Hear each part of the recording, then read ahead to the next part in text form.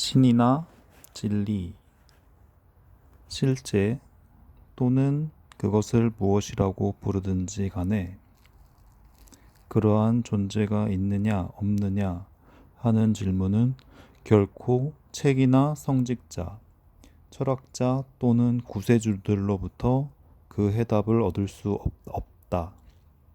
자기 자신 이외의 그 누구도 대답할 수 없으며 바로 이 점이 자기 자신을 알아야 하는 까닭이다.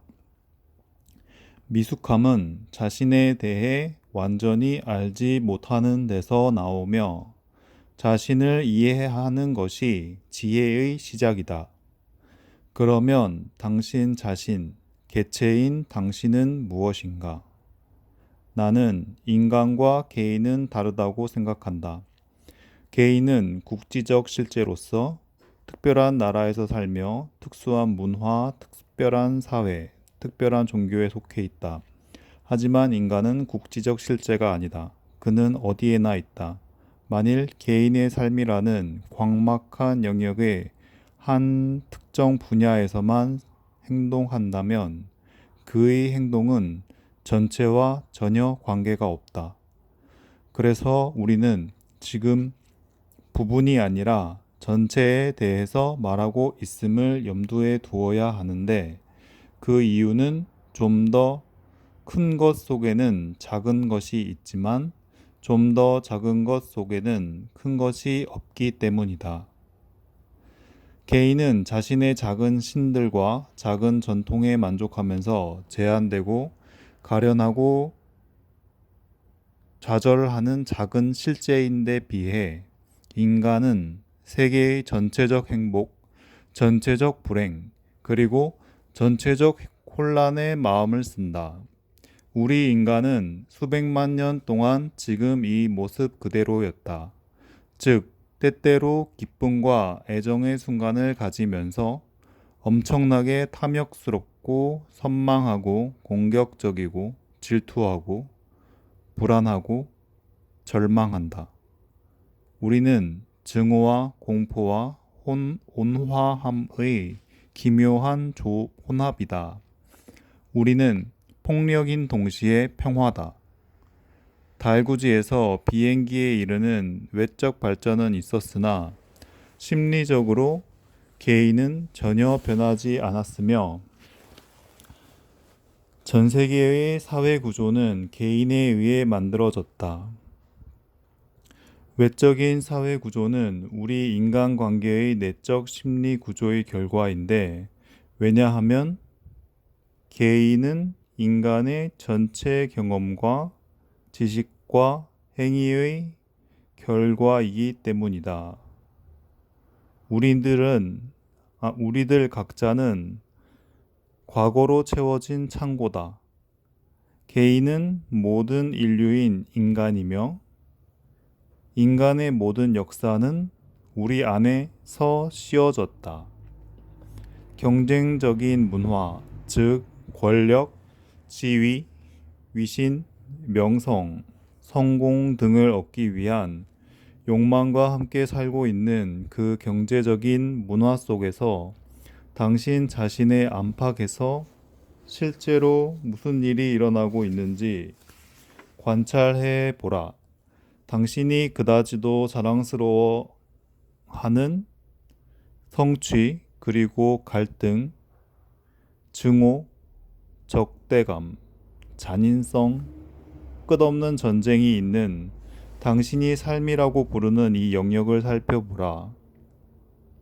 이 터전, 이 삶이 우리가 아는 전부이며 우리는 실존의 엄청난 싸움을 이해할 수 없는 나머지 그것이 두려워 여러 가지 기묘한 방법으로 그것으로부터 도피하려고 한다. 또한 우리는 모르는 것을 두려워한다. 죽는 것을 두려워한다. 내일의 저편에 있는 것을 두려워한다. 결국 우리는 아는 것을 두려워하고 모르는 것도 두려워한다. 이것이 우리의 삶이며 거기에는 희망이 없다. 따라서 모든 형태의 철학, 모든 형태의 신학적 개념은 다만 있는 그대로의 실제로부터 도피하는 것에 불과할 뿐이다. 전쟁, 혁명, 개혁, 법률과 이데올로기가 초래한 모든 인적 형태의 변화는 인간의 본성을 바꾸는데 완전히 실패했고, 따라서 사회를 변화시키는 일에도 실패했다. 이 추악한 세계에 사는 인간으로서 우리는 스스로에게 묻는다. 경쟁과 잔인성과 공포 위에 세워진 이 사회에 종지부를 찍을 수 있을까? 머릿속 개념이나 희망으로서가 아니라 현실적인 사실로서, 다시 말해 마음이 신선해지고 새로워지고 천진해짐으로써 완전히 다른 세계를 이룩할 수 있을까? 내 생각에는 우리 각자가 개인으로서, 인간으로서 세계의 어느 곳에 또 어떤 문화에 속하든지 간에 지금 이 세계에 대해 전적으로 책임이 있다는 사실을 깨달았을 때만이 그러한 세계를 세울 수 있다. 우리 각자는 모든 전쟁에 대해 책임이 있다. 왜냐하면 전쟁은 우리가 지닌 삶의 공격성, 그리고 우리를 갈라놓고 있는 편견과 관념으로 인해 발발하기 때문이다. 그리고 우리가 다음과 같은 사실, 즉 우리가 이 현존하는 혼돈과 전 세계에 걸친 비참한 불행에 대해 책임이 있음을 깨달을 때, 그것도 머릿속으로만이 아니라 진정으로 깨달을 때에만 우리는 행동하게 될 것이다. 왜냐하면 우리는 일상생활 속에서 이 세계에 기여했으며 전쟁, 분열, 추악함, 그리고 탐욕으로 얼룩진 이 기괴한 사회의 일부이기 때문이다. 그러나 완전히 다른 사회를 창조하기 위해 인간은 무엇을 할 수 있는가? 우리는 무엇을 할 수 있는가? 우리는 지금 아주 진지한 질문을 하고 있다. 도대체 행해진 것은 무엇인가? 우리는 무엇을 할 수 있는가? 누가 우리에게 말해줄 것인가? 사람들은 우리에게 말했다. 소위 이러한 문제들을 우리보다 더 잘 이해했을 것이라고 추측되는 정신적 지도자들은 이리저리 뒤돌아보면서 우리에게 말했고, 새로운 주형 속에 우리를 부어 넣었지만 우리를 그다지 이끌지는 못했다. 즉, 궤변에 능하고 유식한 사람들의 말은 우리를 아주 많이 이끌지 못했다. 모든 길은 진리로 통한다는 말이 있다. 이 말은 어떤 사람은 힌두교로서의 길을 갖고 있고, 다른 사람은 기독교도로서의 길을, 또 다른 사람은 회교도로서의 길을 갖고 있어도 그들은 모두 같은 문 앞에서 만난다는 뜻이다. 하지만 그것은 보면 알다시피 너무도 어리석은 말이다. 진리는 길을 갖고 있지 않으며 바로 그 점이 진리의 아름다움이다. 또한 진리는 살아있다.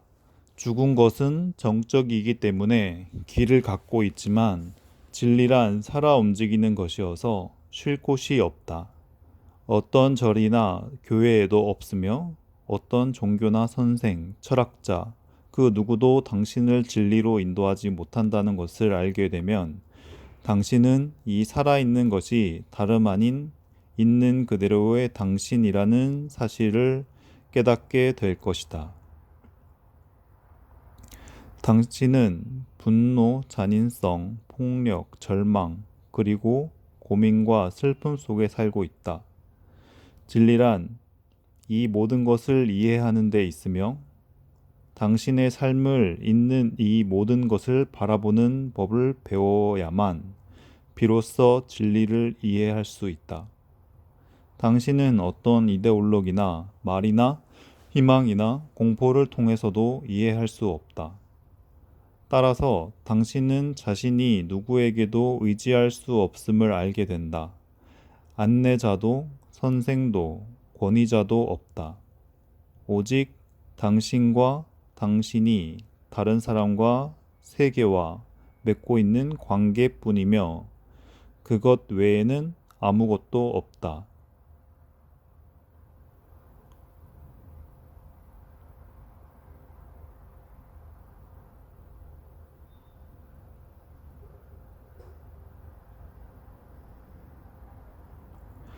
당신이 그러한 사실을 깨달을 때 그것은 커다란 절망을 가져오거나 이 절망에서 냉소와 비아냥 같은 것이 나오게 된다. 또는 그 누구도 세계와 당신에 대해, 당신이 생각하는 것에 대해, 당신이 느끼는 것에 대해 당신의 행동에 책임이 없다는 사실 앞에서 모든 자기 연민이 사라지게 된다. 우리는 보통 남을 비난함으로써 번성하는데 이것은 자기 연민의 한 형태다.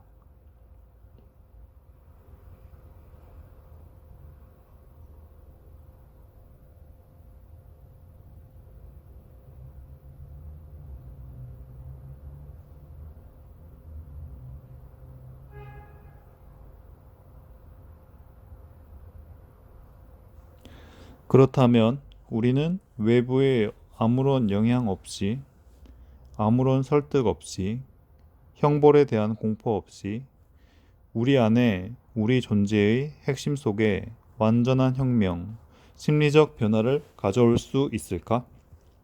그리고 그렇게 함으로써 잔인함, 폭력성, 경쟁심, 불안함, 두려움, 탐욕스러움, 질투심, 그리고 그 외의 모든 우리의 본성, 그것은 우리가 나날이 살고 있는 부패한 사회를 이룩하고 있다의 현현의 종지부를 찍을 수 있을까?